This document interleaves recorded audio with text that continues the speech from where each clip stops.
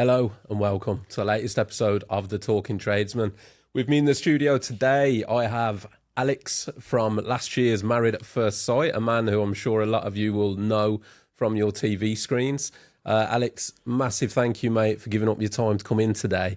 What I'm keen to do on this conversation is get to know more about the man behind the man that was on Married at First Sight, you know? So first of all, mate, massive thank you for coming in and giving up your time, and let's talk. Well, thank you for giving up your time as well. And thank you for providing me the platform for me to do that as well. That's what it's all about, mate. I mean, we're going to touch on this, but there's a few issues around how you were portrayed and stuff like that you want to talk about, which we're going to get into. But I think it's important, first of all, to get to know you before Married at First Sight, a little bit about, you know, who you are, where you're from, how it was for you growing up that sort of like shaped the man that we saw on the screens and that is sat with me today. Yeah, I'd love to get into it. So the man behind what you guys saw, it's like, I don't know, Married at First Sight, it just showed me just pulling face expressions at stupid things that people say. Like if somebody says something stupid, you're going to like, what the fuck, bro? Let's be honest, mate. I think you know that you made that season. You know that you made that season. Like people would tune in just to see how you were going to react to things. Because I said this before, but for like pre-airing, you were a man that could say 1,000 words with your face without moving, without actually speaking any words. So I appreciate that, mate. It was entertaining. It was entertaining. Well, I'm glad that he was entertaining, bro. Thank you very much. It genuinely means a lot, honestly. I mean, don't get me wrong. I've got a little bit of shit when I've been out in public. Like, I was out the other night, and this girl just put her middle finger up to me. I was like, what the hell? Mate, how do you even cope with that? Like, what do you do when that happens? I'm thick-skinned. You know what someone said to me? They said, Alex, if you're going to go on television, you've either got to be squeaky clean or thick-skinned. You went for option 2, yeah? Said, Alex, you're not squeaky clean, you know, so it's going to come with some backlash, you know what I mean? So, you know. Mate, I've got to ask the question, because, I mean, the premise of marrying a fucking stranger, what made you do it? Well, you know what? At the time, I was in the armed forces, RAF. I was stationed in RAF Spade Adam, which is in between Newcastle and Carlisle. Literally, like, the arse end of nowhere. There was nothing. I had to travel like 50 minutes each way. Yeah. Just to go to a boxing gym. And like the guys that I was on base with, they just wanted to either stay on the base and drink or like, and then they weren't passing their fitness tests and things like that. I'm like, bro, why are you even still in this force, bro? Like, if that's the standard of what the RAF is, do I want to be a part of this? What were you training to do? Because everyone think like RAF, you think pilot. Yeah. So I was what's it called now? They've changed the job chart so many times. We just know it as air operations. So air operations specialist. So it's like all the flight admin and things like that, and like simulating rocket launchers. And I went over to Jordan, Middle East, to do operation with the special forces. So yeah. How long were you in the RAF? 6 years. Okay, you did a stint then. Yeah, man. So it was a stint of 2. So before I went into the military, you know, I was getting involved in some dumb shit. So I was like, you know what, I'm gonna join. And then I joined, and then I was like, okay, it's too restricting for me, and I don't know, I just wasn't happy with the pay and stuff like that. So I left. You saw Married at First Sight as a way out of the RAF? Is that what I'm reading here? Nah, to be fair, because after I only left the RAF, I remember AWOL was not a dismissible offence. Okay. I only went AWOL from the RAF for like 36 days. Was that just to film? Yeah, because I used all of my holiday. Right. It was like Christmas, so I wasn't expected back to like 10th of January or something like that. And then I had like used a lot of my holiday as well. And then I only needed, and then I don't know what, but by the time I got back, they said I was away for 36 days. So then they sentenced me to 34 days, sent me to Colchester for 34 days. And then I ended up just doing 24. Is that military prison? Military prison, yeah. What's that like? Because I was only in there for like 3 weeks and 3 days. To me, it was like a detox. Is it like a proper prison? Or I mean, I don't know because I haven't been to proper prison. And that's what I'm saying. Everybody thinks I have. Like, there's been mad articles come out about me and stuff like that. Like saying from Birmingham's youngest knife killing gang to wannabe TV reality star. Knife killing gang? Yes. Like, I'll show you. Do you want to show you the article right now? That's what you got accused of being in. I didn't, but no, but that's what people are. That's what the Birmingham Mail. That's what the Birmingham Mail wrote about you. Yeah. And I don't even know how to go about, like, I mean, I've had so much on all this. I need to know how to go about the defamation law and all that. Because, like, what the fuck, bro? Like, people shouldn't be allowed to just say things about you just because they want to. Did they say you were in a gang? Is that what it was? Yeah, they've said all sorts about me, like, genuinely. Let me see. Look at my picture, it's in the bottom left corner. Jailed. Okay, so for the purpose of people listening, I'm reading an article that states, jailed in September 24 from Britain's youngest knife killers to wannabe TV star. Look in the bottom, like, left corner. Is my picture. No way. Shit. Okay. So, yeah. And then when I'm on TV... So you've just seen that? That's Birmingham Live. Like, what the? Should you not be supporting me? Like, being like, you know, because, I don't know. People like me don't usually get to even be on TV. Do you get what I'm saying? So for me to even be there, I don't know. I don't know. Sometimes probably I didn't want to say too much and my face just said it. Like, people just, I don't know, maybe because of, I don't know. So the way I was portrayed, and then remember you've got how the TV are portraying me mixed with this. Were you conscious of that when you were in there? Yes. Like, you were conscious of how they were going to portray you? Of course. They kept calling me aggressive. They kept doing it. Who was calling you? Everybody. The producers or the... No, the producers stuck up for me, actually. And they edited that out. The one time Paul said something about racial undertone and unconscious bias, Paul mentioned it because I think Orson had left and Mashad had left, and I was the only black guy left in the process. And then you had people like Kieran who could never walk a day in my shoes saying, oh yeah, Alex, you are aggressive. Mate, just because I'm not 5 foot and I don't mince my words and that and just like people please, that doesn't mean I'm a bad person, you know? Like, I'm just, bro, I'm cool. Just be cool. Like, I know, mate, like, one of the things you've said is that compared to the behaviour of some of the other cast members that were throwing things and all this kind of stuff, and all you did was sit and essentially make facial gestures, you were labelled the aggressive one when there were other people that were doing far worse things on that show. Make it make sense, bro. Come on, man. So why do you think that is? I mean, they always make the best looking people the bad guy, innit? There is that, mate. There is that. I just need to get some tattoos now, though. I want to get some tattoos now. Bad boy look. No, I'm joking. Nah, you know what? Genuinely, it's because of how I look. It's literally because of how I look. You know, obviously, when I was on the show, I was just lifting weights. So I was like 97 kilos. I don't know how much I'm weighing now, probably about 87. So on there, I was just like the big black guy. You're in good shape, mate. You're in good shape. You can't take that away. It's the same things that she loved me for. She tried to chastise me for on camera. So behind closed doors, she's like, "Oh, I love your body." Da da da da. Holly, this is. Yeah. Yeah. And then when on camera, she's trying to paint me as aggressive and intimidating. And I'm just like, this is this.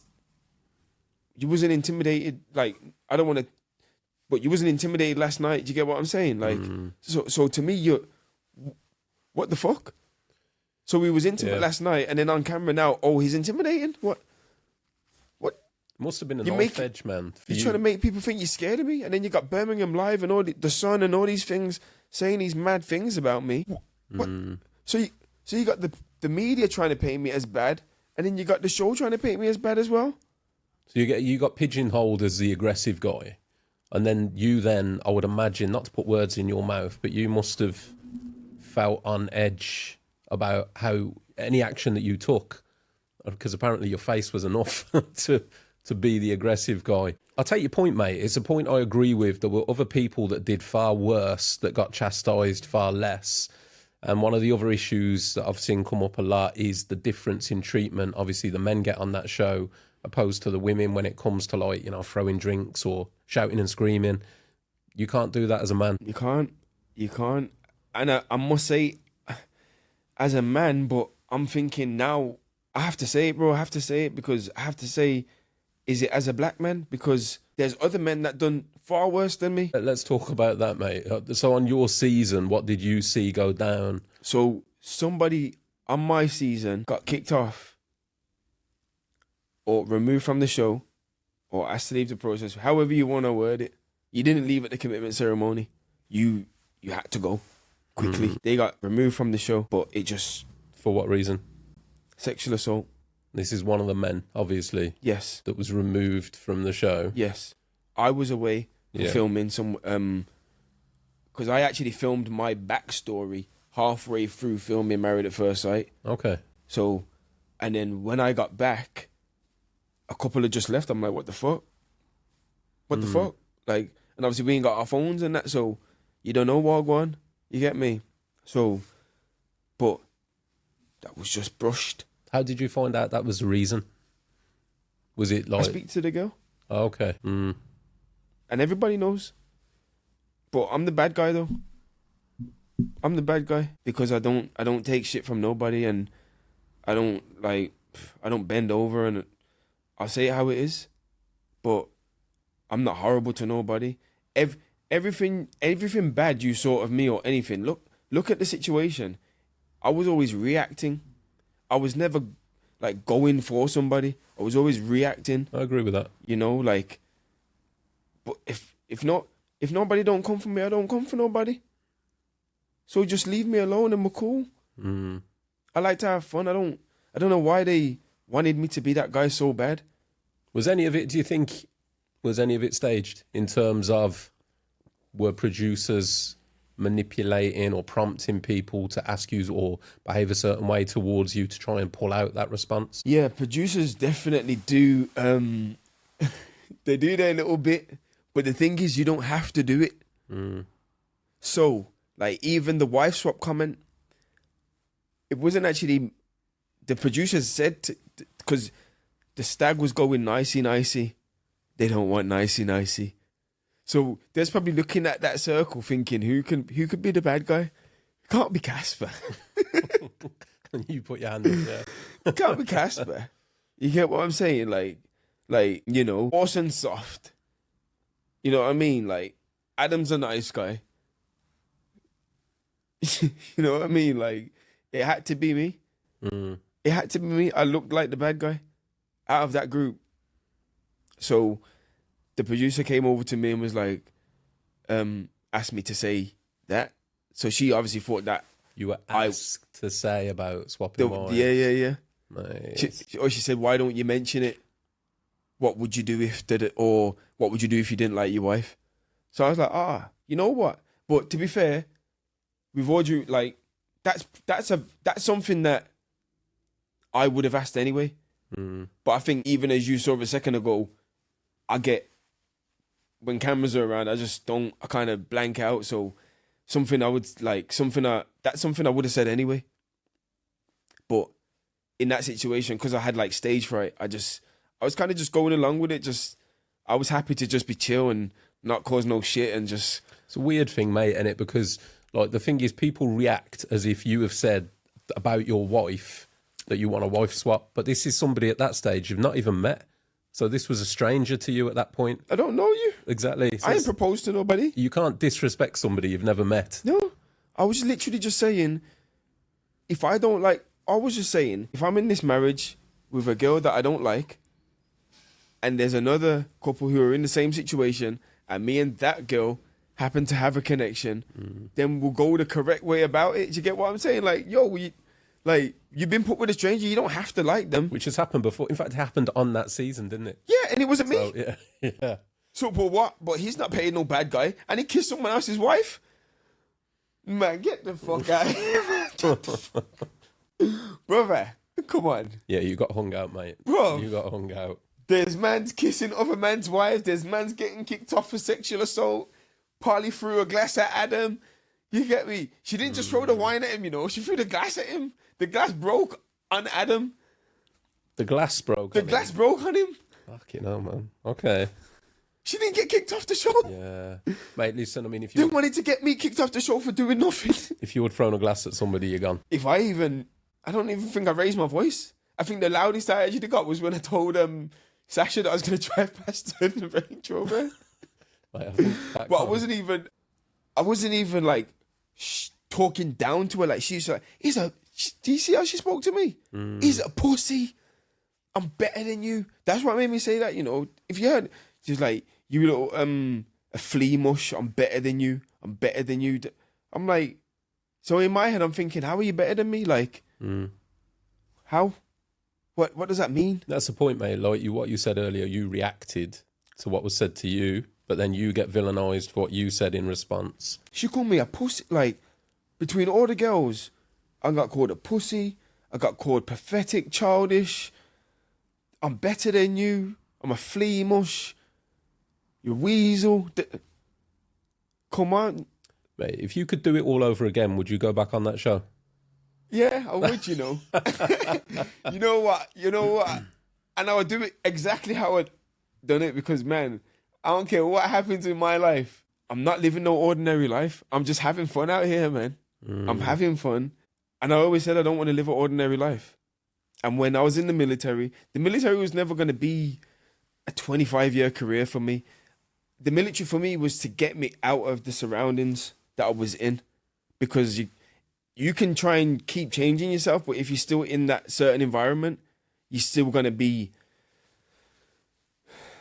adapting to certain ways that you have to adapt to. So to change you and grow as a person, I had to take myself from that. That's a big move, you know. So I went to the military, and Let's pull it back to that a little bit because we've touched on that a couple of times. Like the situations you said you nearly got caught up in, the stuff that you were involved in and surrounding. What was that? I want to take a moment to thank our headline sponsors, Zinza. And if you're a professional painter and decorator, you know just what it takes to create work that you're proud of.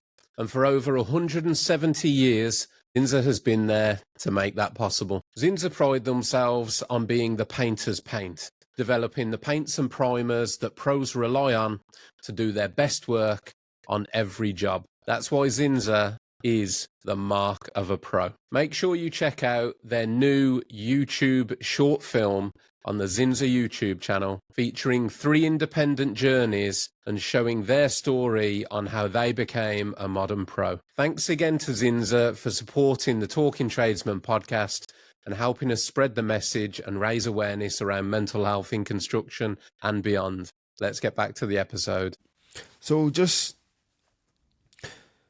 doing things I wasn't meant to be doing, and you know, around the wrong crowds and things like that, man. Don't want to get too much into it, but This is growing up Yeah, around certain areas of Birmingham. not necessarily the area, but just, you know, things that, you know. It's easily done, man. When you grow up around certain experiences, the people, your peers around you are involved in certain things, it's easy to walk the same path as everybody around you. That's what I mean, like stepping out and joining the RAF is a big step away, isn't it? Yeah, and it wasn't like a cool move. Like, I wasn't doing it to be cool. Like, I was doing it because, I mean, it actually interested me because I've always been into, like, health and fitness. So, like, I was thinking, like, what job kind of endorses or enforces, like, fitness and, you know, you can, like, fly through the ranks by doing sports, and I've heard people, you know, sell you the dream of like, oh, I know people that ain't been in their job for, like, they're in the RAF, but they actually haven't been to work in about 2 years because they're just around the world playing sports and that. You get what I'm saying? So I was thinking, and then obviously then like combat's always, you know, I've always been fascinated with combat, you know, like I love Dragon Ball Z and, you know, Mike Tyson and things like that. So yeah, combat, fitness, yeah, and travel and just excitement, like. What age were you when you joined the RAF, Alex? 22? Was it 22? Okay, so 22. quite young. Semi. Yeah, semi. Yeah. Because I was 28 when I was in maths. Okay. Yeah, I'm 30 now. Yeah. Because it was recorded so long ago. It was recorded like 2 years ago now. It's a weird thing, mate, isn't it? Because know? you do all that recording. So, I mean, mate, I've got to ask the question. When you went back to the RAF after being AWOL, what was their response? Did you tell them why you'd been? They knew, because the talk was around base, because I was asking for their permission. Okay. To go on this TV show. But obviously, when I first was like talking to the casting agents and all that stuff, I was talking to some of the lads and that, but you know, people, they're gonna think, yeah, like, oh yeah, you've been approached for a TV show, like, yeah, so have I. You know what I'm saying? Yeah. So like, I didn't expect it to happen either. You know? So then it started getting more serious, and there was like, yeah, you're in, and then and I knew it was real when they started like, I think my car was in the garage, so I said, I can't get to the post office or nothing because I'm in the middle of nowhere. They ordered a £45 taxi to take me from the military base into Carlisle to the post office to get like pictures taken and all this stuff. And back, they're not going to start putting money into you if they're not having you, because they've got a certain pot of money. You know, so they're not going to waste the money. They must have a big pot of money. Yeah, man. I see all them honeymoons. Listen, yo, this is what I'm saying. They listen, and people have got to stop capping. They got to stop capping. They have to stop capping. Now I'm going to get into this now. Let's go. Channel 4 made millions of us through advertisements and this and that, and then millions of viewers that came. My Instagram alone had 30 million views every 30 days. That's 1 million people a day coming to my Instagram. Yeah, man. Yeah. Madness. Do you get what I'm saying? I was getting paid for like just putting stories up and all that. Just I'm like, what the fuck? So, but what you got to do is you got to monetize the exposure yourself, because it can be 5 minutes of fame or whatever, 15 minutes of fame. But if you're not a hustler, you're not going to use that to your advantage. Some people use it to their advantage, and some people just use it to get free food and eyelashes. Do you get what I'm saying? You got to be smart. Everybody knows that when you go on Love Island, Married at First Sight, any of these shows, you're going to get exposure and you're going to get opportunities. That's why everybody's desperate to go on them. And it's just like... Do you get any support or coaching when you come off the show? Do they give you any guidance on how you should best? Nah. Married at First Sight is not like that. I remember my relationship with Channel 4 ain't the best because obviously I told Channel 4 that I've got authorization from the military to come on the show. Right. I'm like, yo, all I'm thinking is when I'm a granddad, I'm telling my grandkids like, yo, I did this, you know. You have to want to live a legendary life. You have to want that for yourself. And the universe will give it to you. The universe ain't on a budget, man. Ask for the world, man. You might get it. So you told them that you'd got permission to go on the show. I made fake emails and sent emails to myself. Shit, I might get in mad trouble for this, you know. In theory, allegedly. Shit, but allegedly. Allegedly. All you got to say, Alex. Allegedly, you're safe. Allegedly. We sip my tea, coffee. It's a good brew, by the way. Cheers, bro. Ah, man, you're welcome. You're welcome. It's the least I can do. Try and provide a decent cappuccino. And these are all the things that you don't see when you watch that show. When it first started, mate, did they approach you or did you apply? So my best friend, Miles, he sent me some girl's profile who was recruiting for Married at First Sight. Okay. So then he was like, yo, you need to apply for this. Because I think at the time I was doing my gym stuff, like the bodybuilding stuff or whatever. So I just wanted like more exposure and that, you get what I'm saying? So obviously I'd done a TV show for MMA. And so I was just trying to get myself out there, like, you know what I mean? So then I applied for, I messaged the girl. I didn't even apply, I just messaged the girl. And I was like, I don't suppose you've got a girl that will match my lifestyle. And then I sent it with a picture of me, like topless. Do you get what I'm saying? And then she was like, OMG, da-da-da-da, apply now, da-da-da-da. Like, the casting closes in like 4 days. You get what I'm saying? And then, but because I didn't really take it serious, man, I'm from the hood, man. I ain't going on no reality TV show. Like, them man that go on there, like, they're not like me. You get what I'm saying? Like, they're not like me. That I'm just from, I've never seen not on reality TV. You know what I mean? Like, so I didn't really take it serious. And then I probably applied like 2 weeks later. And then next thing you know, they just started fast tracking me and that, like the processes that people are telling me they went through and waiting, and they got told like May, like the year before. I got told in the December and then started filming in the January. And then apparently Holly was matched with somebody else and they booted him or something like that and was like, yeah, get this guy on. I don't know. Or he probably withdrew or something. I don't know. Something happened and then I got on. Listen, mate, Channel 4. And I wasn't even a latecomer. You know, like Amy and Luke and, you know, the wed crashes, or what did they call it? They bring them in like halfway through the show. Yeah. I wasn't even like you get me? Not a side man, but I wasn't even I was an OG, you get me? So, I don't know, man. The real recognizes real, innit? They saw a star, man. But, man, they know what they're doing. They saw money in you. Because at the end of the day, listen, that show... They knew I was going to bring some controversy. Exactly that. Maybe. Actually, I don't know. Here's a direct question for you, Alex. How many people do you think, out of, say, your season, how many people actually go on there because they're looking for their wife or their husband? And how many people go on there because they're looking for exposure? Or does anyone go on there because they really think that Channel 4, whoever, is going to link them up with their soulmate doing the face? The face don't work on podcasts, bro. Do you really got to answer that one for me, Alex. Do you really think Channel 4, let's just remember Channel 4 are business.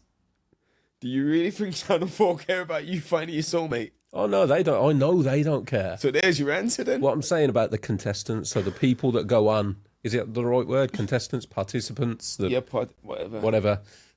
How many of them, do you think any of the people that went on that show with you were genuinely doing it because they wanted love and the soulmate, or because of the profile of the show? Both. I think everybody done it for both, because really and truly, you've got more chance of finding somebody on Tinder. Because you can match, and with this, you've got one chance. And, bruv, some people see each other at the aisle and they know they don't like each other, but they stay together till the end. What the fuck? What, let's fucking talk about it, bro. What the fuck, bruv? What the fuck, bruv? Do you know you don't fancy her? Bin it, bro. You wouldn't keep meeting her on the outside, so why are you doing it there? That answers the question, mate. Because you want to stay on TV? It's a golden ticket, man. Yeah. Bottom line, bro, like, anybody can feel how they want to feel about this, bro, but the truth is the truth, innit? What about you? What did you think when you first turned around and saw Holly? I definitely shag her. There you go. I was like, okay, cool. She got dark hair. She got nice eyes. She got big lips. And she got tits. I'm there. Tick the boxes. I'm there. Active. Fair play, man. So, and then, yeah, man. So, but obviously she wasn't what I asked for to a T. So, and then obviously there was, see, for me, like, I've had pretty girls. So for me, looks can't keep me. Like, the way you treat people, the way you talk, the way, you know, and she, a lot of people, they swear they're healed before they go on these TV shows, man. They got to stop putting broken people on these TV shows, because how you going to put a broken person in front of bare cameras for them to spill all their insecurity and trauma onto somebody else who's fucking okay, bruv? That's what happened. But, she can't be the bad person because she's a single mom of 2. And she's white. She got the white girl privileges. I'm the black man. And they're paying me how they're paying me, bro. Knife killers and all these things. Been military prison. AWOL. Police dog. All this, bruv. I had everything going against me. Lied to the military to go on the show. Like, I'm just a free spirit. I'm just whatever they did, what they did, and I just stay true to myself. And now everybody likes me and hates her. So what the fuck? I mean, you've already said, man, you'd do it again. Yeah, so, I do it. You know what it is? I got to see myself in like third person. How was that? I didn't realize how scared people was of me. Like, what the fuck, bro? Like, why did they find me so intimidating? Like, you've met me, I'm sound as fuck. I'm terrified, mate. I'm sat here shaking. He hasn't given me any... That's why you made the best coffee. I've had none of the angry faces yet. That's what it is. All I've had is happy face so far. You know what it is, though? I tell you this for nothing, bro. Imagine if they'd put me with someone who they actually thought was compatible with me, bro. Remember, your partner can either bring out the best or the worst in you. If they put you with someone who's just dragging bare negativity out of you, and you got to constantly fight their traumas, what are you going to see of me? If you put me with someone who is healed and who's, I don't know, like, she's taking it too serious. Like, I know we got married, but just chill. I kind of just saw it as like a talking stage, like, but some people take the title too serious. Yeah. I just took it as, okay, cool, yeah, we got a ring. We done the shenanigans for the TV. We didn't sign no papers. I was going to say, I mean, just for clarity, so because people will watch that and not really know, you don't actually get legally married, do you? No, and that's what sold me, because man, I got a house, I got mortgages and stuff, so ain't nobody getting half of my thing. You get what I'm saying? So, yeah, I mean, when they told me, like, okay, cool, you don't legally get married, no, no divorce papers or nothing like that, it's just for the TV. It's got to be a weird situation, mate, because you went on that show, you recorded. How long's the recording? 4 months. Shit, okay, that's longer than I thought. January to April. Wow, okay. So then you do that, and then you go your own separate way for how long before it comes out? 6 months. Comes out in September. How's that? Because that must be, so you're walking around like normal life. It was mad. Knowing that this bomb's about to go off. Yeah, and it was like, my life just felt shit. Because I'm like, I'm walking around like, do these people leave? I'm going into I'm going into bars, and I'm just going in there like normal and that. But like, I know I've done the show. And I'm thinking like, yo, watch a couple months. You know what's coming. Are you under NDA, so you can't talk about it until it's out? Basically, my cash was rogue, man. So basically, we was getting stressed in there, man. We needed to smoke, man. So I said, listen, we was living in Wembley. We was living right by Wembley Stadium. I was like, fuck it, we're going to go by Box Park. And I said, listen, the first black guy I see with dreads, I'm approaching him. Went up to him, boom, he had it. Hey, look at you profiling people now. Yo, listen, real recognize is real, man. I recognize that guy in Japan when I see one, bro. But nah, like, even when, because obviously he was moving on weird, because obviously I think me and went up to him, spoke to him. Yo, we're not police or nothing. Like, you know what I'm saying? Like, yo, have you got anything? Da, da, da, da. First thing somebody that is police gets saying we're not police. and then yeah, my cast was just rogue. What did I even go on to that about? I was saying about the NDA process, like the time after filming to Ryan coming told out. that guy. He was like, yo, we're from a TV show, Married at First Sight. Oh, really? What the fuck are you telling him for? It's like they took our phones off us. We ain't got no phones. The thing is, mate, I mean, the friends and family must know. Because you can't go MIA for 4 months. Oh, yeah, the friends and family know. To be fair, like, some people do say ones and twos and that. You get me. Some man use it to their advantage with the girl them. Mate, you're going to be a superstar in a few months. It's going to move, though, isn't it? If friends and family know, because you've been away, certain people are going to know. Yeah, obviously they come to your wedding, innit? So your friends and family know because they come to your wedding. And they don't all have to sign NDAs, do they? Yeah, they all sign all of them? Yeah. Oh, shit. Yeah, they all sign NDAs. Now, that show must have a stack of NDAs like that. Yeah. I mean, it's mad, to be fair. When like, this season's nowhere near as mad as my season, though. Like, nobody even seems like they're tuning into this season. I've kind of had it on in the background, but there's no, like, captivating characters.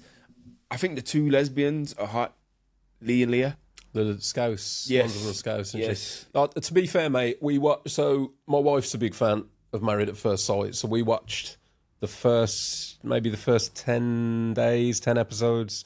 But we've been away, I've been on holiday, and I've lost it now. So I'm like, I've got no intention of catching up now. There's nobody like, and that's what I'm saying. Like, see me, like, I've always thought. I have seen, mate. I've seen on your socials you've got some strong opinions on a few of the couples in the new series. Yes. I mean, I think her name's Sarah, and she's with the bigger guy. Yeah. I know you're on about. Bruv, Yeah. you knew you didn't like him. Yeah, Leave the ting, bruv. Paul told her to leave the show. She's trying to stay and drag it out just to stay on TV. What the fuck, bruv? How you talking about him like that behind his back at the dinner parties and that? And my man's there singing your praises. Dean, isn't it? I don't know the big guy. Dean, yeah. Is his name Dean? Think Sarah so. and Dean, is it? Yeah, I think I'm sure it's Dean. Yeah. It's Dean or So I'm saying, like, people know my name. You know who I am. There's no, what's his... You know who I am. You get what I'm saying? Part of that, though, mate, I mean, I know, like, her... I know she stayed. Listen, it's one of those, isn't it? Like you said, it's 50-50. I think a lot of people probably go into that show thinking, do you know what? I'm going to get my exposure out of this. And if I happen to get hooked up with somebody I like, bonus. So she's obviously turned around. She's seen the guy. She don't like him straight off. And she thought, well, I'm on the show now. So I'm going to stay on to get my whatever it is they get from it. But in fairness to her, she did say that she don't like big guys. So leave then. But why are they giving her a big guy? They're trying to make a TV show. Exactly that. So you either do the fucking or get fucked, innit? But they're not. If you don't take the opportunity, you don't get the exposure. But they're not, I guess, the show, And the mate, exposure's crazy. the producers don't want her to walk on day one, though, do they? Because there's no TV show out of that. They want... No, because then they would have just wasted a couple. Exactly. Or they want could the have brought in awkwardness. another extra, to be fair. They probably would have done that. I don't know. They do put a lot into the honeymoons and shit too, because then they've got to do another. Do you know what I see with the honeymoons, though? It seems to be, it's a weird one. I don't know whether people... Do you get any choice on where you go? Was it just Nah. Because I knew I was going to get a good one, because I knew I was going to be like a main character, so... Some people get like Maldives, some Yep. people get Thailand, and then you'll have somebody in like a barn in Cornwall Bro, or you could something. have sent big man to no Barney Cornwall. But you know what I'm saying? Some people get sent to some like proper, I don't know, Bro, though, if they in done the that snow to or her, I'd be something. like, what kind of budget TV show is this, man? Get me back to my fucking RAF base. I'm fucking breaking the law for this. How long are you on the honeymoon for? Like 6 days. That's it's decent. Yeah, decent crack of the week. yeah. It's good, man. But it's what I'm saying. I'm going to talk about this honeymoon as well, because the wedding, let's talk about the wedding day. So she walked down the aisle, turned around. Our reason with that, you get me? So I can say it now, but some people had said to me at the time, like, we can tell, like, she's not the one, but you get me? You can do what you're doing for a few months or whatever and get what you need to get out of the TV show, and you get me? Take the opportunity. Don't know if I should have said that, but fuck it, man. I don't, like, because, bro, you're trying to fuck me, so I'm going to fuck you. I said, don't give me no one with kids. Why you give me someone with kids? What the fuck, man? I'm a gym guy. She's not a gym girl, bro. With all due respect, bro, she's not a gym girl. That's not... I told you what I like. You give them your type, you know? They make you send pictures of what your type is. Send pictures. Yes. I want one like this. Yes. I sent them a couple of IG baddies and you get me, you get me. I forgot who I sent now, but it wasn't anything that was like Holly. They got the dark hair and big boobs, right? But it's different. You get me? I think the thing is, man, people get so invested in watching it, don't they? I think they feel like they know you, they're on this side or they're on that side, and people get so like emotionally attached to you guys as characters on a show, and then when you get portrayed the way that you get portrayed and people take sides and that, then you get out of it. How was that? Like, once you started getting... Did you get hate online for the way that you were put across? Or did people see... People just kept saying I was on steroids. And the whole time I was on Married at First Sight, I was in the military. Okay. Which when I was getting drug tested. So I always got drug tested. So... Hey, well, to be fair to you, your physique's incredible. Thank you, bro. Do you know what I mean? Like, appreciate that, man. you're in incredible shape. Thank you, bro. I appreciate that, man. I just want to do something with it now, man, because I'm just like, you know, I don't want to be I've never wanted to be a bodybuilder. Nah, it's like, I just want to look good. I don't care about having bigger lats than him, or I don't really care about it to that detail. You guys, I just want to look good and be healthy. Do you get what I'm saying? And I'm a sport, like, a competition shouldn't be like, oh, I look better than him or something. It's more like who can run faster, who could like competing. You know, that's why things like boxing, MMA. Let's get on to that, mate, because that's the direction you're heading now, isn't it? Yeah, man. Boxing. So yeah, Misfits. Yeah. You're watching. This man wants a fight. hopefully, man. So yeah, I mean, there's a few people that have done a few things to irritate me. You know, obviously. Here's a question for you. If you could have a boxing match with any other cast member from your season, who would it be? Well, everyone knows it'd be Orson. I'd love to fight him. Why Orson? Because you know what? When the show finished, me and him stayed in touch. You know, like he don't live far from me. Okay. You get me? We linked up one time, and you get me? And then it was my birthday, so him and Adam came to my birthday football match. I had a big football match for my birthday. You get me? All the mandem came out, and you know, Orson and Adam came down. My family was there. They met them, and obviously everyone knew I'd recorded Married at First Sight. So I was like, yo, these are the other two guys that was on Married at First Sight. So this was before it was out? Yeah. Got you. So we recorded the show, finished in April. My birthday was in June, and then the show came out September. So they had met my peoples and that. So I'm like, yo, at this point, like, you met my people, you're cool. You get me? So at this point, you're not just a person I did the TV show with. Someone like, I don't know, like Hannah, like who I'd done the TV show with, but I ain't brought them around my people. Yeah, I just done a show with them. But these two, I'm like, okay, cool. We're actually friends now, like bona fide friends. Let's pause this episode there briefly to say a big thank you to this episode's sponsors, Brewers Decorators Centres, and let you guys know about a few of the great deals they've got on in October. Starting with, for every purchase of AF1 in October, Brewers are going to be donating £2 to save the Rhino. You can save £12 on 7.5 litres of Johnson's Cover Plus vinyl mat in brilliant white. They have 40% off 10 litres of Armstead trade contract mat. And you can also save 20% off Isomat, bath and kitchen paints. With that in mind, big thank you to Brewers again for your continued support. Now let's get back to the episode. Didn't you get me? And then, yeah, man. And then I think we had followed each other on Instagram.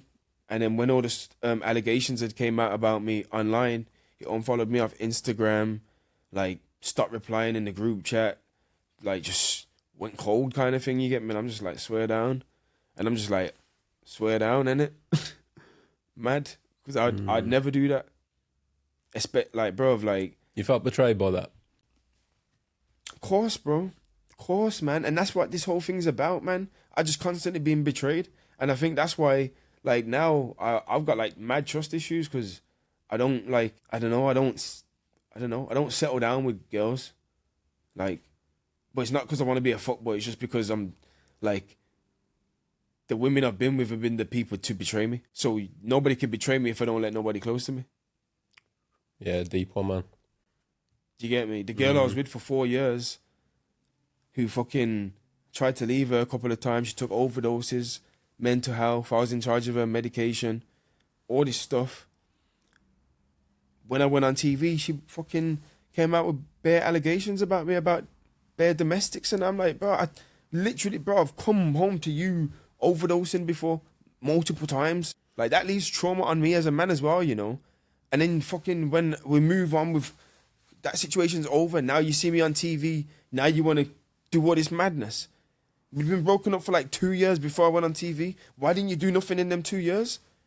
Why did you wait till I went on TV? So what, if I never went on TV, you never would have said nothing? When I was just in the military, you was okay with that. But on when you go on TV, no, you can't do that. You can do okay, but you can't do too good. Betrayal. Holly, loving me behind closed doors on camera is intimidating. And I was fucking huge. I was aware I was huge. Even my cousin's girlfriends was like, Alex, you was huge. So she's the same thing she's loving about me behind closed doors. You get me? Same thing she's weaponizing against me on camera. Betrayal again. So this telling me you can't let these women close to you. You get what I'm saying? So, like, I don't know, man. But obviously, Married at First Sight was all about Holly and her traumas. It was nothing about me. Nothing about, man, I've been in a toxic relationship, so when a girl raises her voice, that doesn't matter. I shut down. I'm not processing nothing correctly. I'm gonna look at you crazy, like what the fuck, like you don't know what my triggers are because you've had that in the past. Yeah. So it takes you back. Yeah, because my ex tried to be all fucking shouty and this and that. You get me? Like, obviously, you get me? She got fucking shouty and that. You get me? And that's what I'm saying. That's the same girl that accused me of all this stuff. So trying to process all of that, you get one. But because that must have been heavy for you, mate. Because I won't go into the accusations as such, but there were accusations made, and then there was people trying to get you. I know there were a couple of national charities that were petitioning to have you removed from the show and things like that. I mean, how was that, processing all that? Bro, it was mad. Because I had to hire a legal team. Because I had Channel 4 legal team. I had my own private legal team as well. Barrister, every morning, like, the Sun are going to publish this article about the arrest, because obviously I got arrested and like a few times in the past, and they dug up whatever, but I've never been charged with anything. Clean DBS. Okay, well, that's a good point to get across, to be fair. So I'm just like, what? So what? I got arrested. What does that mean? Anybody can say anything. Was that for you, like, mentally, though, in terms of the strain and the pressure and... Horrendous. Not knowing what's coming around the corner. Horrendous, because I've seen people like publicly dragged through the mud, like, and I've seen it when, like, I've seen like, I'm not saying I'm a celebrity or nothing, but like when I've seen like celebrities in the newspapers and that, and their names just getting dragged, and I'm just like, fuck, I would not want shit like that to be about me. And the next thing you know, boom, shit's about me. I'm like, fuck, man, like, what the fuck? And look where that came from. The person I let closest to me. That's rough, man. The person I let closest to me. The girl that had me tattooed on her skin. The girl that my mum called the daughter that she never had. And it's now, even now, like, what, 2 years after the show? And all that. So you're still in a position where you still would struggle to let somebody in and find that trust? Yeah, I just don't trust these women, bro. I just don't trust these women, man. And you know what it is? Everything's so fake nowadays, man. It's like... It's been such a long time since I've just like been swept off my feet. Like, I think, yes, I don't know, man. Like, you find it harder now, Alex, like meeting girls? Because let's be honest, a girl sees you in a pub or club, whatever it might be, and you're Alex from Maths. You're not just Alexander Henry now. You know what I mean? I feel it. I feel it. Like, honestly, ask my friends again. Miles, Kiz. Nev, honestly, we went into Hemman and Cooper, Birmingham City Centre. It's around the corner from Albert Schloss. I know where it is. Yeah, you know Hemman and Cooper? Yeah. Bruv, honestly, even on the way to obviously we pulled up, even on the way in, I went to speak to one girl. I was like, yo, her shape looks all right, man. You get me? You get what I'm saying? So she's like, are you still married? I'm like, what the fuck? I'm like, what the fuck? I've just come to get your number. And you already know who I am. That's fucking mental to me. It's mad. Got the number, you get me? I'm like, and then obviously I'm walking towards Hemman and Cooper now. There's a line full of people. Bare girls like, Alex. I'm like, what the fuck? So then I've walked in. It's just mad. And then people are recognizing me in the corridor on the way in. Gone up. It's just like, it's mad out. I said to my friends, like, yo, we might have to go. Like, my friends was like, yo, my friends are like, Miles is like 6'4", Nev's like 6'8", Kids is like 6'3", so them man was acting as like my bodyguards. You get probably what I'm looked saying? like you were turning up with bodyguards. Bro, I'm like, thank God I got big friends, bro. Like, fucking hell. You know what I'm saying? It was crazy. My friend, even Miles said the other day, like, I'll never forget that day. It was mad. It was mad. But a few months before, just before the show had come out, I'm just in there. Yeah. How's that for you now, though? Like, in terms of, like, if a girl approaches you, you got that. People know you from the show. Yeah. But then do you consider that people are only approaching you because you're from the show? Is that level of fame, is that a thing or not? I don't know, you know. Because sometimes you can think, sometimes you can think, you know what? She would like me anyway, but the show just gave her exposure to me. If it wasn't for the show, she never would have known who I am. She could be from Carlisle, Preston, or some random place, she never would have met me. How? So she sees me on the show, oh, now, and then she'll reach out. So some people genuinely do like you, and then you get other types of girls and that, you get what I'm saying? But yeah, I mean, it's been cool, man. Let's talk about what you're doing now then, man. Like, Yeah, man. You've dished the dirt on maths. We've talked about where you came from. Let's talk about the future. Yeah. So obviously you've got, in terms of your personal life, you've got your boxing that you're feeling right now. So do you want to get into, I know I've already talked about like misfits and that kind of thing, but do you want to get into competitive boxing? Because I mean, 30 years old, man, you're still young. You know what? If it's just got to make sense, it's got to make sense, because boxing's a lot to put into, man. So if there's not no real rewards from it, I'm kind of not interested, if I'm being honest. You enjoy it? Sometimes it's an intense sport. It's intense, man. I said doing boxing is harder, tougher than being in the military. Fuck yeah, fucking hell. Oh my God. But I think you just gotta know. I think you gotta be smart with it, to be fair, and the intensity of the training, and know when to turn it up. Me, because I'm just like a pit bull, I'll just be training at I'll try and train at 100% all the time until I can't. Do you do lots of sparring? Yeah. Yeah. Did you know what? Former guest to the podcast. And then it just doesn't become enjoyable. You burn out, man, won't you? Burn out and just, I don't know. I don't fucking want to be fighting people every fucking day. What the fuck, bruv? Like, I grew up fighting. I actually wouldn't fight again if it wasn't for no misfits and the money that they're coming up with. It's an option though, man. Everybody's a fucking boxer nowadays, bro. You got fucking ex-pro footballers, bro. Like, bro, you don't see fucking Rio Ferdinand and fucking, what's his name? Ian Wright trying to be boxers. You get what I'm saying? Like, but because they're dishing out money now. Like, you got all the, like, I think, I don't know what his name is. Promotions everywhere, mate, isn't there now? Yeah, like Danny Simpson, and if it makes money, it makes sense, innit?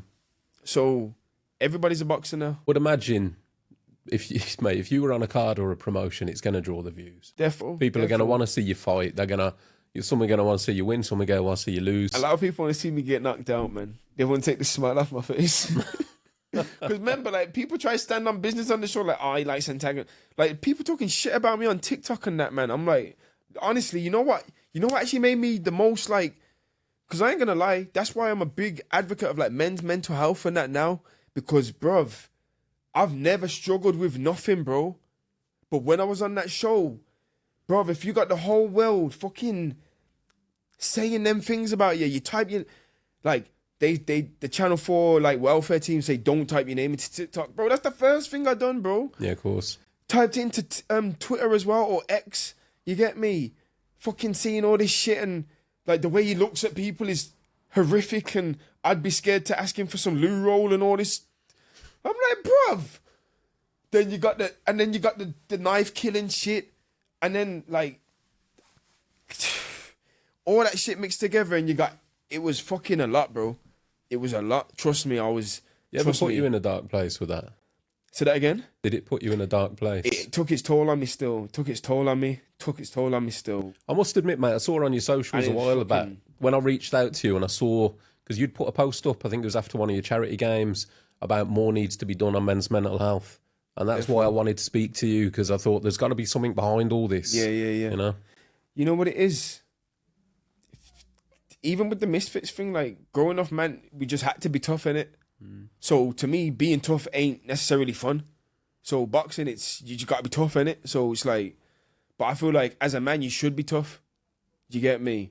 But, yeah, man, obviously, if boxing's, like, another fucking, like, you know, and me, if I do anything, I want to be fucking the best at it. You know, like when I'm on, like even when I play my celebrity football matches and that, bro, ask them about me, bro. Standing on business, bro. I'm just competitive. I want to be the best. You always played football? Always played football, yeah. Where did you play? Position? Yeah. Left wing. Okay. Left wing, but that's when I was like 79 kilos. So now I tend to do like the Ronaldo thing now, like more left wing forward. I don't do the up and down too much. Just kind of hover round the opposition's like right back, and because I'm still fast, but I just carry more muscle now. You get what I'm saying? Them charity games, man. I mean, you're raising some money for some good fun, good man. people. Yeah, man. You know, some good organisations that you're man. backing with that. And So fair play. Yeah, man. And that's how I've made other connections. So from doing the celebrity football matches, that's how I met the girl who runs the company that's got me involved with going into the HMP YOYs, the youth institutions. You doing that? Yeah, man. Yeah, man. On a Monday and Tuesday. Oh, way. Fair play, going mate. to HMP Warrington in Stoke-on-Trent. And Talking to the youth. Talking to the youth and mentoring them through fitness, and she does the teaching side.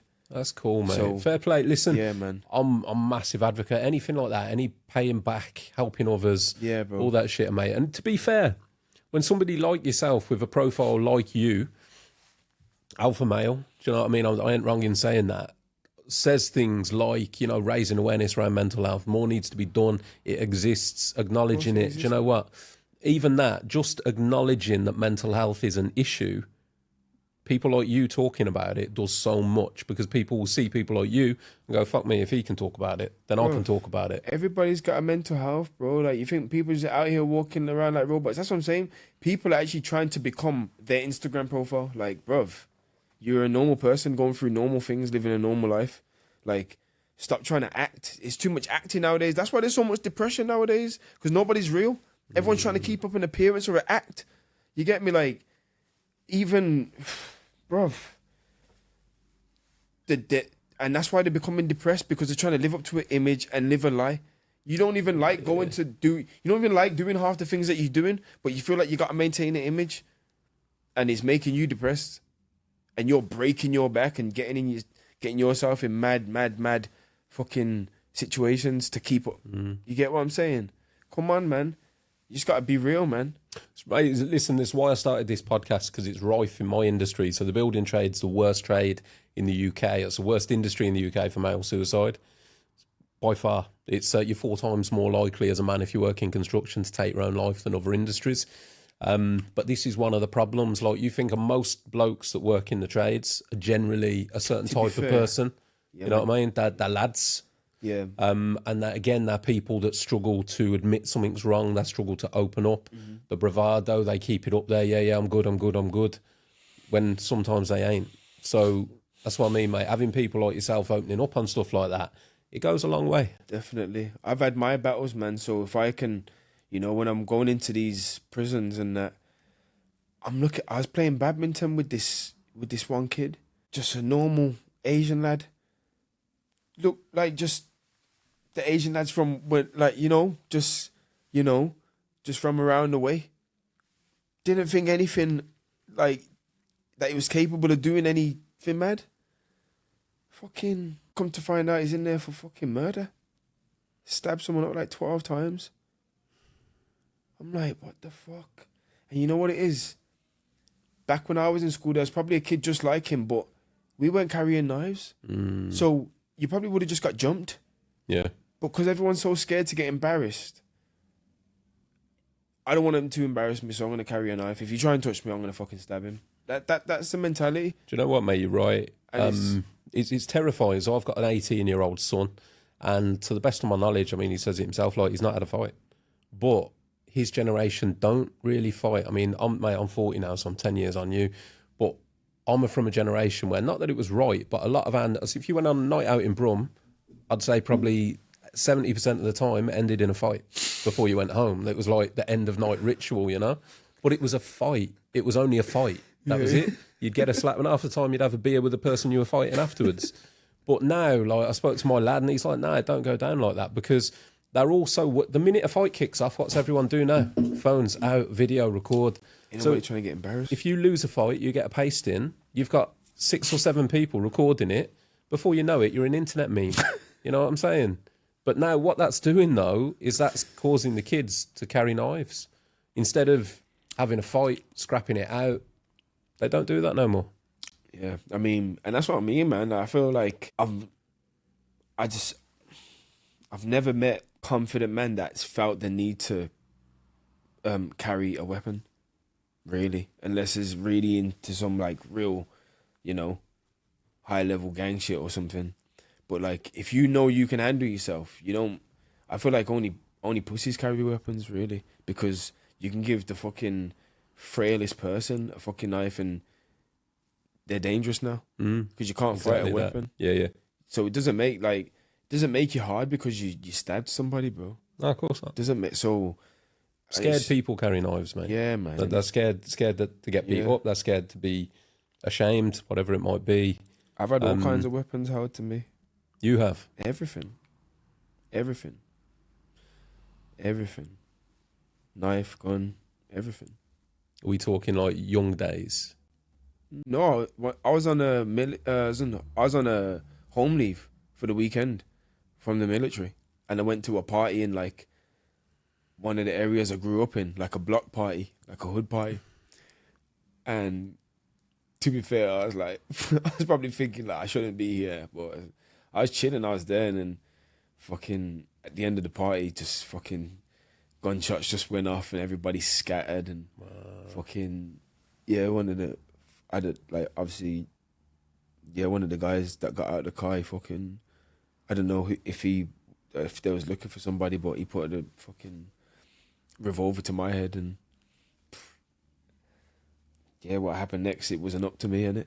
So that's why now I just enjoy life.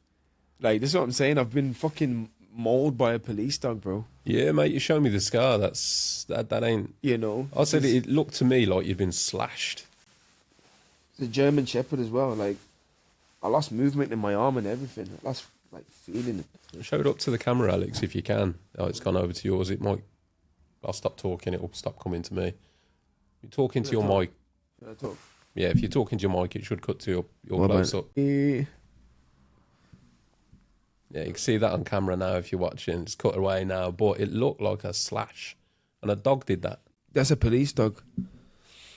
What did it do, man? Like, rip? Or what? Because that looks like a gash. So when I was running away from the police dog, I tried to jump on top of a roof, and it bit me on my bottom, dragged me back down to the ground. So I've actually got one of these on my left bum cheek as well. And then obviously me and the dog was fucking having it. But it fucking had me, bro. It had me, bro. It was like Khabib and McGregor. I got pasted, bro. But obviously the dogs are trained to bite and hold. But if someone's fucking biting you, you're gonna fucking move away. So it obviously ripped my arm open. So, yeah. But obviously a German Shepherd's bite is like 420 PSI. You know, fucking tires in your car is like 40. No, they don't fuck about. Fucked, bro. And I was in hospital for 4 days. That's how my mum met my ex-girlfriend. Because you were in hospital? Yeah. Listen, man, you've just said that people are going to want to know why you were being chased by a police dog. I don't know, man. Fuck knows. You don't know? No. It just happened. Remind me to never come on at night out with you. And the thing is, it was no word of... And this was in... it was crazy, bro. Like, yeah. 2 X5s, 2 BMW X5s. That was armed police. 2 Skodas, unmarked. They was like CID, and then 2 like insignias marked. I was like, what the fuck are you after me? Fuck off, man. But they pull you over in a car, or? Yeah, but yeah, they took me to the hospital, searched me, de-arrested me in the hospital. And what did they do about that? I got stitched up.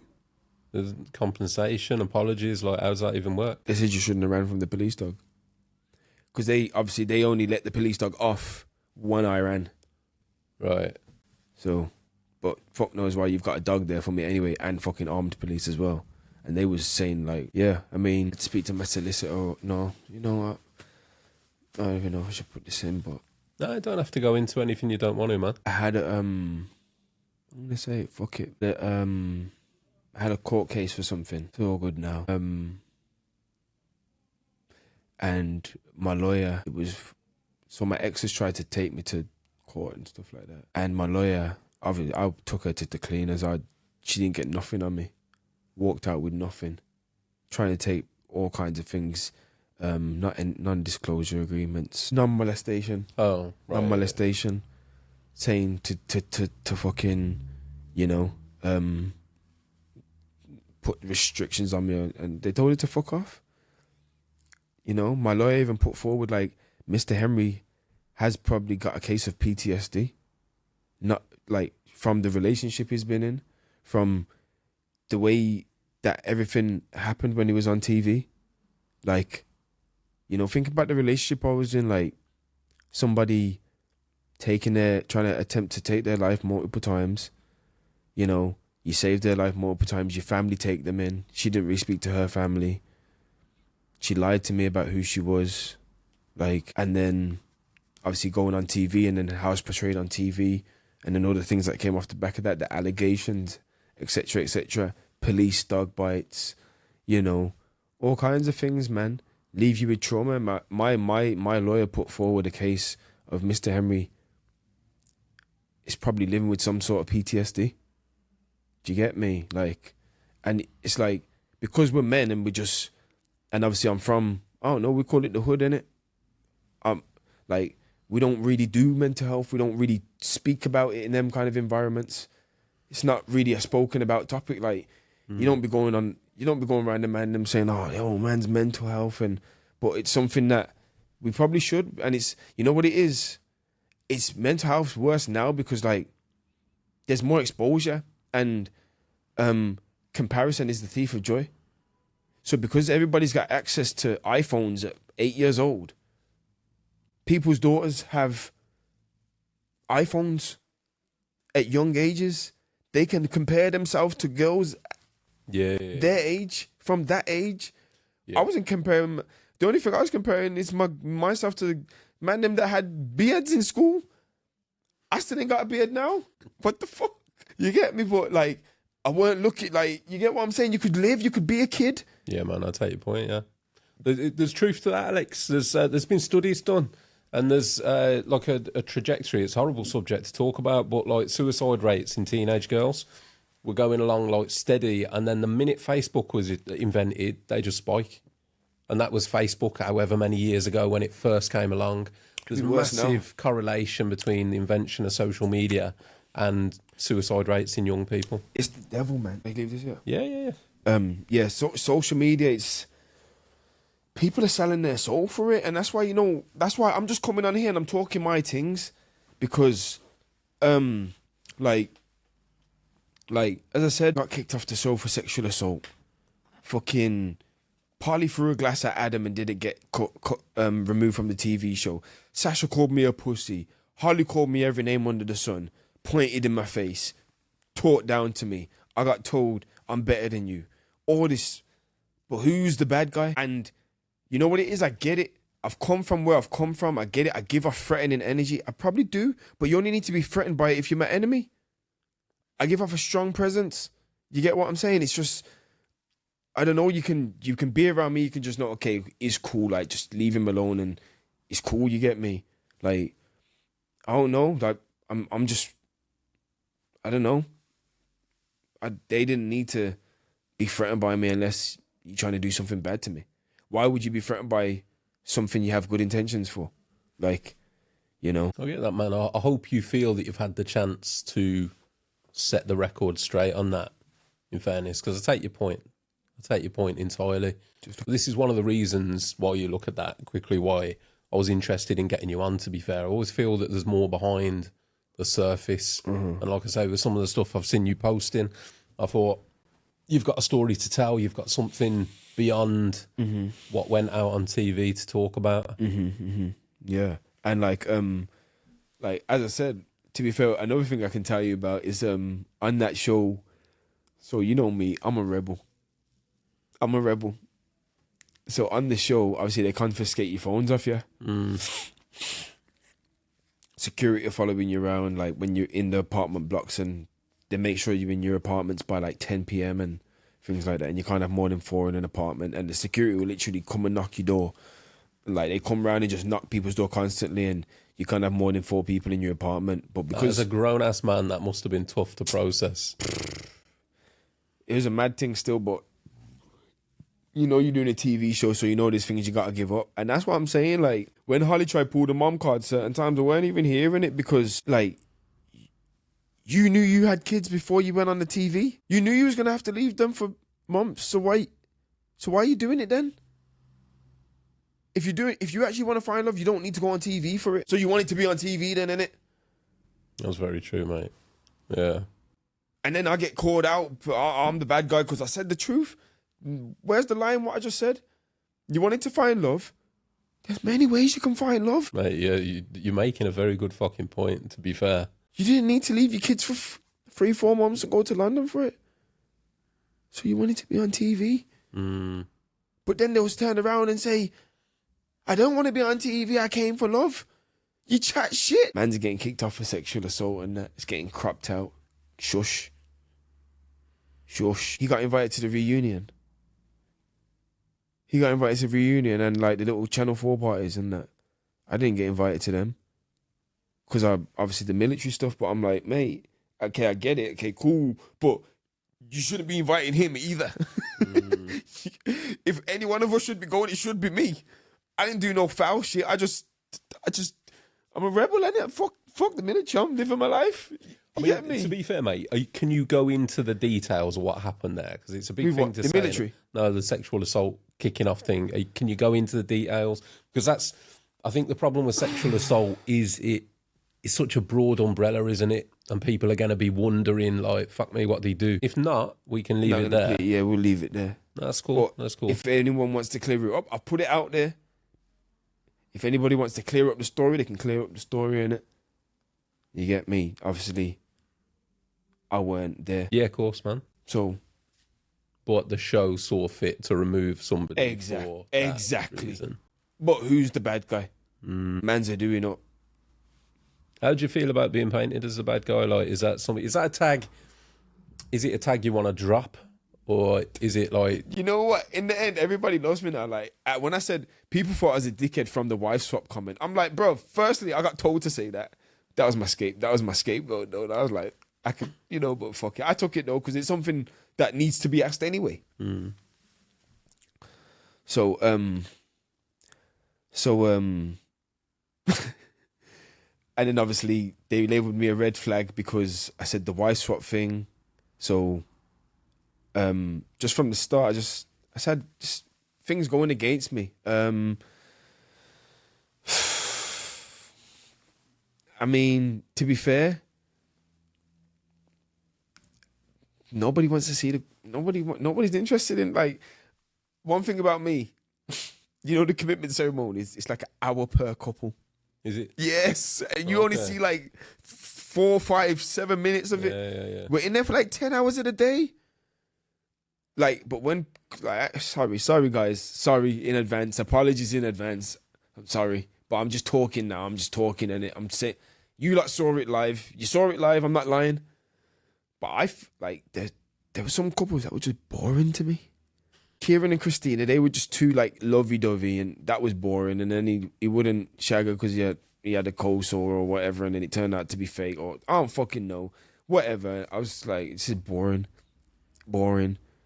Fucking Lacey and Nathan. Fucking Lacey would just always confess their love for him, and Nathan was like, like, and then fucking Emma and Casper, that was never gonna happen. Like, some couples are just, and I fell asleep during the commitment ceremonies. Like, they had to say on the tannoys. Now they said on the tannoy, like, Alex, wake up. Like, I'd just be like, just sitting there, bro. The chairs were comfy as well, Yeah. Them chairs are comfy. I was like. Hour per couple, bro. And me and Holly was always last because they saved the fucking juicy ones till last. That's some mad. Yeah, because on TV it looks like it's like 5 minutes. Nah, bruv. It's a madness, man. You get me? And then over here it's crazy, bruv. Like, and you know what it is? The things that she's bringing up, we're in a green room with each other, Like, before you go on set. So we're living in apartments together. Then before we go on set, we're in a green room together, playing cards, drinking Pepsi, eating sweets. So, bruv, if you've got issues, why are you waiting till there's cameras there? You don't need to wait till there's 20 people there at a dinner party. If you feel more comfortable because you want somebody here, cool. Get one of the producers in. Bring Christina. Bring fuck Polly. Bring fucking Emma. Bring someone. But you don't need 20 people there. Yeah, I saw. To be fair, mate, I remember you taking issue with that on the show. Yeah. I was like, why are you bringing this up now rather than... You get me? No class at all, man. Trust me. No class at all. Like, the most unclassy female I've ever been with. I'm telling you, some of the things that came out of her mouth. Come on, man. Where are we moving to, man? Like, what's the future hold for you now, Alex? Like, post Married at First Sight, post... We've talked about the potential for the boxing. Yeah. Like, I mean, again, people are going to want to know what's he doing there. So what are you doing there? So, I've got my PT business. I've seen you've done bodyguarding as well. Yeah. Yeah, close protection, that kind of thing. Yeah. So, I done the Ben Whittaker fight. I done the Kevin De Bruyne leaving party, Manchester City, before he went to Napoli. Done Uncle Murder, G Unit, Part Life, and Boulevard after party in Manchester. Yeah, blues players' houses. So, yeah, man. So PT, bodyguarding, obviously going into the youth offenders. Busy man then. Say that again, sorry. Busy man. Yeah, man, and then obviously training and yeah, man, got a few holidays coming up. Turkey, Thailand, and Jamaica. And other than that, man, I don't know, like, I'm actually thinking, because you know what it is with me? I've done everything I've ever wanted to do in my life. I'm actually thinking, like, what do I do next? I'm actually starting to think, like, I bought property, and I'm just like, what do I do next? See me, I'm someone who needs to be stimulated. I have to be. What do you fancy dipping your toes into? Would you do more TV if it come your way? I'll do Ann Middleton's SAS, but I wouldn't do no like love shows. I wouldn't do like. Listen, I could see you on something like that. Yeah. I don't think Ant Middleton. He's running for London Mayor now, isn't he? He don't do it no more. Okay. Yeah, the program's still there. Yeah, they still do like SAS, but they do like a celebrity one. But he's not part of it no more, as far as I know. Okay.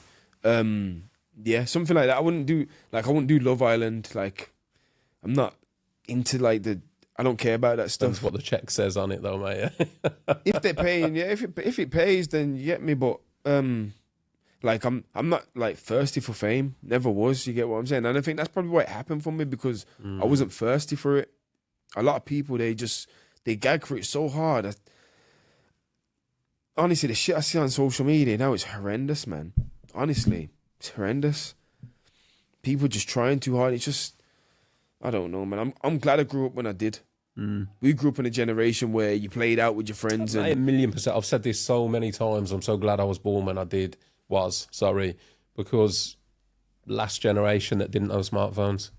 I never had a smartphone. In fact, I never had a mobile phone until I was 16, 17. Yeah. I remember the days of pages, mate. It's probably before your days. Yeah. And then, smartphone. Christ, man, I was, old. But I'm thankful for that. I truly am. Honestly. And you know what? That's why I feel like the older generations were more in tune with ourselves. Like, because we learned who we was growing up. Because we had that time. We had that time to develop, like, in ourselves. I feel like these new, I don't know, man.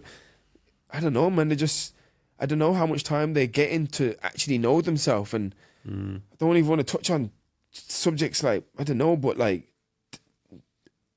they're being exposed to too much stuff, and it's creating too many problems in society. Like, you know, that like, I don't know, bro.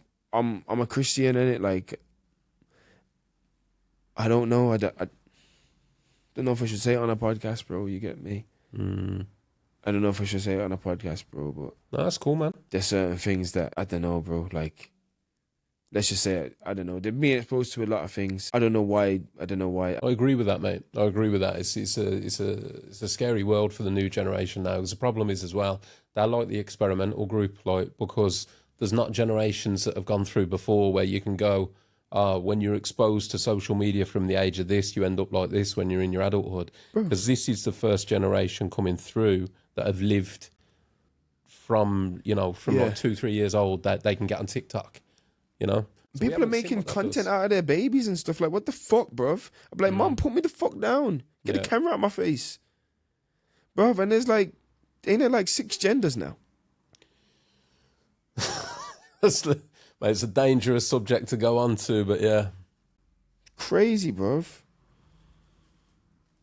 It's crazy, bruv. I'm just glad that you get me. I grew up how I grew up, man. I'm grateful for that, man, honestly. But fucking yeah, man. Well, mate, I really appreciate the insight, appreciate the openness that you've shown today. If you can leave the audience with one message or one thing that you want to say to everyone that's listening, what would that be? Just always stay true to yourself, man, because the truth comes out in the end. Honestly, just stay true to yourself. Be who you are. Don't try and prove that you're not the person that they're trying to make you out to be. When the dust settles, they will see. Because that's what happened with me. Everybody hated me at the start, but it worked in my favor. I used it to my advantage, and just stay you, believe in you, and toot your own horn, man, because ain't nobody going to start tooting it till you toot it for yourself, man. You got to think, you got to put that energy out. You get me? And just believe in yourself, man, because the life that I've lived, I should never have been on Married at First Sight. I could have not been here at all. In situations I've been in. I could have been in jail. Police, dogs, etc. Fucking, bunch of stuff. I could have not been here, but I went to the military and served for the country and ended up going on a TV show and it come with some controversy. But look, the whole nation loved it. They was like, who the fuck is this guy? Fucking hell, what the fuck? Like, you know what I'm saying? Because, like, you compare me to the guy that they've got on this season, this Devani geezer, bro. The girls saying his sexy shit and that, and just like, he's just not. I don't know. There's no grab. Nobody's interested in him. It's just when I was on, everyone was locked in. Couldn't wait to get on their screen. Couldn't wait to see, like, what's he gonna do today. I can't argue with that, mate, to be fair. You know what I'm saying? And it's just like, yes, I come with controversy, but if you think about it, the best characters do.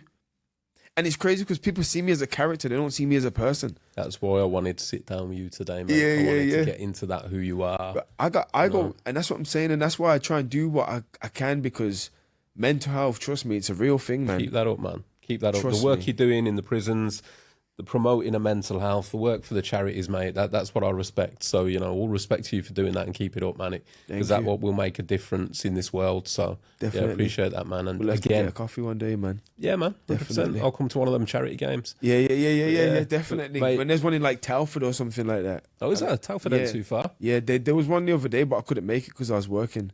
But when there's one around again, I'll let you know. Yeah, cool. For sure. Well, mate, massive respect again. A big thank you for giving up your time tonight, man. Appreciate it. Thank you for having me. And it's been good to get to know you, To everyone listening, thank you for listening. Catch you soon on the next one.